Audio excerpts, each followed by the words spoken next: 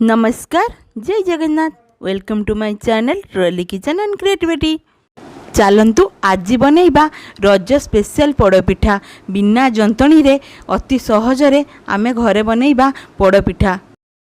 पोड़पिठा बनैया पई आवश्यक सामग्री 2 कप अरुआ चाउल को 1 कप बिरी 7 ରୁ 8 घंटा मु पानी रे भिजेकी रखिथिली। देखंतु 7 घंटा परे हमर अरुआ चाउल और बिरी भल भाव रे हेई जाईची। गुड़ चीनी कोरा नड़िया आउ किछि नड़िया को मु छोट छोट पीस करी काटी नेइची। आउ किछि नड़िया को स्लाइस करी काटीची। आउ किछि काजू नेइची। घियो 6-7टी गोलमरीच आ गुजराती। देखंतु बिरी आ चाउल को भल भाव रे बाटी नेली। पिठौ को 2 ରୁ 3 घंटा ढांकी की रखी नबा। चलंतु सही भितर नड़िया पूरा तैयारी करदबा। गोटे पैन रे किछि गुड़ चीनी कोरा नड़िया को देई भल भाव रे मिक्स कर नबा। गैस रे फ्लेम को लो रे रखी किछि समय भाजी नबा। देखंतु हमर पूरा पूरा रेडी हो जाईची। 3 घंटा पर देखंतु हमर पिठौ भल भाव रे बरकी जाईची। ताकू भल भाव रे गोळेई दबा। पिठौ रे अल्प गुड़ चीनी आवश्यक अनुसार लुण देई भल भाव रे गोळेई दबा।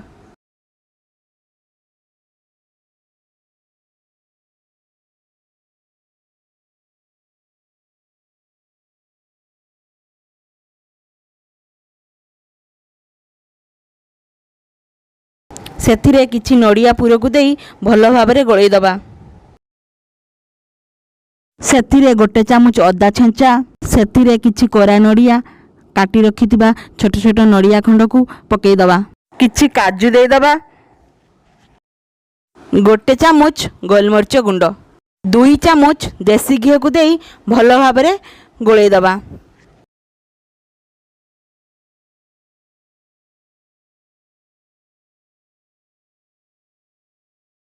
देखंतु पोड़पिठा पई पिठौ पूरा रेडी हो जाईची।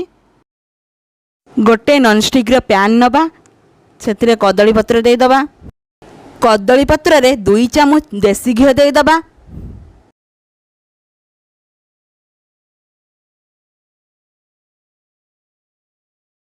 पैन रे पिठौ दे दबा।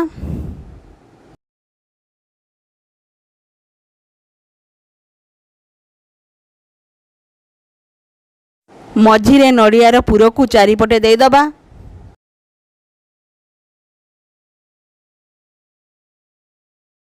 ता उपरे आउ अधा थिबा पिठौ को भल भाव रे दे दबा।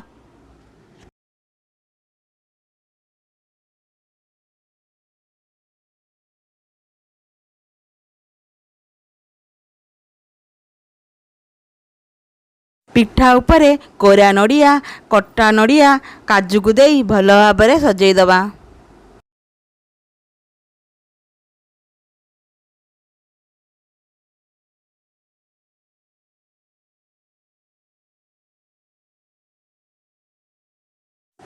पिठा चारिपटे गोटे चामच घी दे दबा। कवर करी 30 ରୁ 40 मिनिट लो फ्लेम रे छाड़ी दबा पिठा को हबा पई। 30 मिनिट हो गलानी। चलंतु चेक करिबा पिठा हमर हेई जाईची कि नहीं। देखंतु हमर हाथ अठा अठा लागुनी। पिठा भल भाव रे हेई जाईची।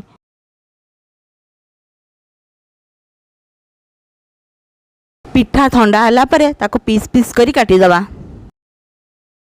चलंतु पिठा को काटिकी देखिबा पिठा दी केते नरम हेईची। देखंतु हमर पिठा केते नरम हेईची।